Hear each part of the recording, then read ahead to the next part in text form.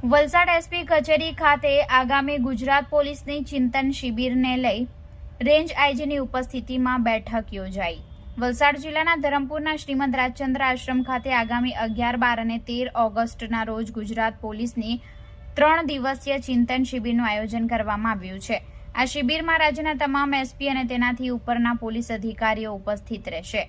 ચિંતન શિબિરમાં રાજ્યના મુખ્યમંત્રી ભૂપેન્દ્ર પટેલ અને ગૃહમંત્રી હર્ષ સંઘવી ખાસ હાજરી આપશે। આ મહત્વપૂર્ણ કાર્યક્રમના આયોજન અંગે દક્ષિણ ગુજરાતના રેન્જ આઈજી પ્રેમવીર સિંઘે વલસાડની મુલાકાત લીધી હતી। આઈજી પ્રેમવીર સિંઘે વલસાડ જિલ્લા પોલીસ વડા પાસેથી ચિંતન શિબિરના આયોજન માટે કરવામાં આવેલી તૈયારીઓ અંગે માહિતી મેળવી હતી। તેમણે શિબિરના સફળ આયોજન માટે જરૂરી સૂચનો પણ કર્યા હતા। વલસાડ એસપી કચેરી ખાતે રેન્જ આઈજીની અધ્યક્ષતામાં આ ત્રિદિવસીય આઈપીએસ મીટના આગોતરા આયોજન અંગે બેઠક યોજાઈ હતી। આ બેઠકમાં 5 દિવસના એસપી અને ડીવાયએસપી પણ હાજર રહ્યા હતા। આ ચિંતન શિબિર દ્વારા પોલીસ વિભાગના કામકાજ અને પડકારો અંગે ચર્ચા કરવામાં આવશે।